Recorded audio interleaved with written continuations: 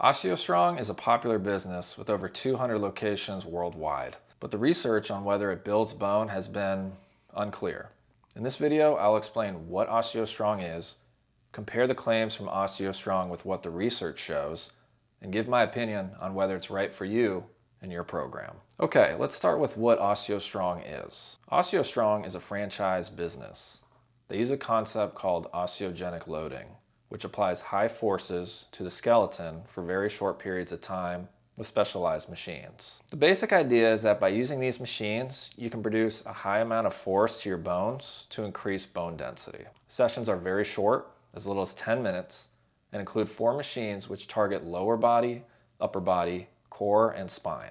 Now on the surface this sounds fantastic, but let's see what claims OsteoStrong makes and whether the research backs it up. But before we do, let me share a disclaimer found in fine print on the OsteoStrong website. Statements have not been evaluated by the FDA and are not intended to diagnose, treat, cure, or prevent any disease or health condition.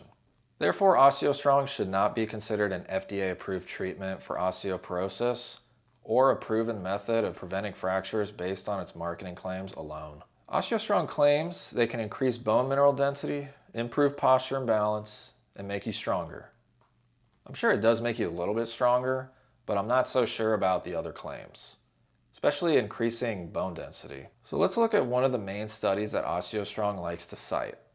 I got it directly from their website. In this study, 14 participants completed 4 exercises using these specialized machines designed to generate high levels of force for 5 seconds per exercise. They performed this once per week for a year. The authors reported 7% increase in hip and spine bone mineral density. Now this sounds impressive, but hold on.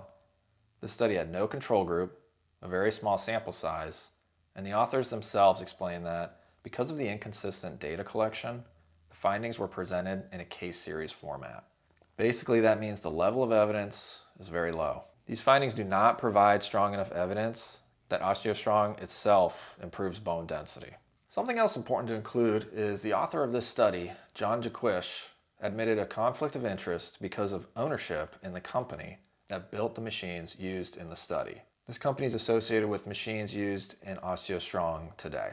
So I decided to look into more research for an unbiased study. A 2025 pilot study followed women with low bone density completing OsteoStrong once weekly for 8 months. And despite good adherence, researchers did not find improvements in hip or spine bone density. So what does all this information mean? Well, despite the claims OsteoStrong makes, it has not been proven to build bone density. And the research cited on OsteoStrong's website is pretty weak. In my personal